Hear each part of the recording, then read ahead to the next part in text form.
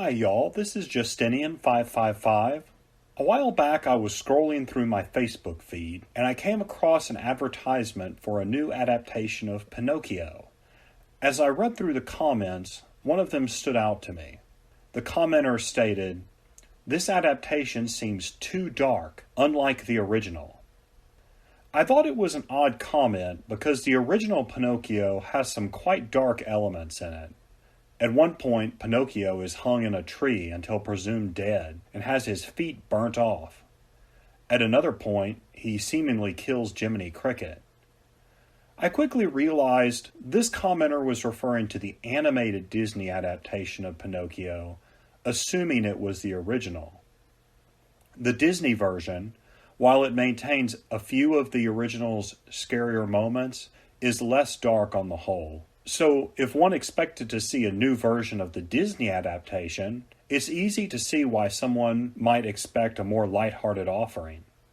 I looked into the reception that this Pinocchio adaptation received, and it seems this confusion was widespread.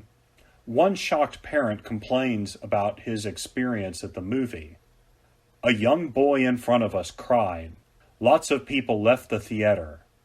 I knew Disney had a dark side, but this felt a step too far."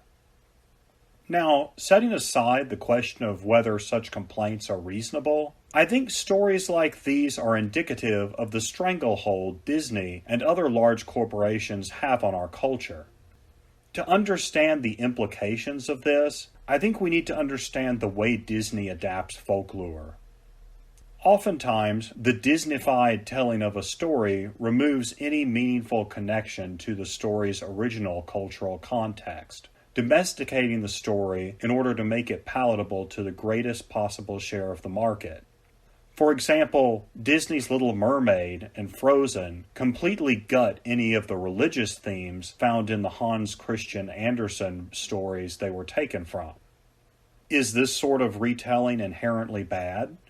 No, not necessarily. Sometimes they can put a unique and interesting spin on an old story. Sometimes a domesticated reimagining can help a new group of people develop an interest in a certain type of folklore. For example, a child who watches Disney's Aladdin might decide they want to give 1001 Arabian Nights a try. That's what happened for me when I was a child. But when this domesticated retelling completely drowns out any other version, I think something very meaningful is lost. Imagine that you and your family take a trip to Naples to eat a pizza in the birthplace of pizza. Now imagine you get there, and the only pizza you can order is Domino's. I don't have anything particularly against Domino's. I've enjoyed it on a number of occasions. But I imagine you would feel a sense of loss, not being able to sample something different than the usual, something uniquely Neapolitan. There's another aspect of this that I think deserves attention. Oxford Dictionary defines culture as the arts and other manifestations of human intellectual achievement regarded collectively. As a society, it seems that on the whole, the only culture we've passed along to Generation Z is a culture derived from lucrative intellectual properties, largely controlled by corporations.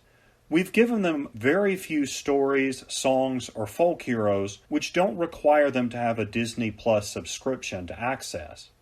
And while powerful people in every era of history have sought to bend popular culture to their advantage, think the Tudor dynasty and how they're portrayed in Shakespeare's plays, it seems that in our own era, the reins of popular culture are being held by a smaller and smaller group of individuals. What's the right way to approach this Disneyfication? Do you think it's something to strive against? Or maybe you think it's the natural outcome of a free market, a cultural survival of the fittest, if you will? I wish I had the answers. I've got a few thoughts on how we might respond to this phenomenon, but I think I'll save that for another video. For now, I appreciate you listening, and I'll talk to y'all next time. Bye.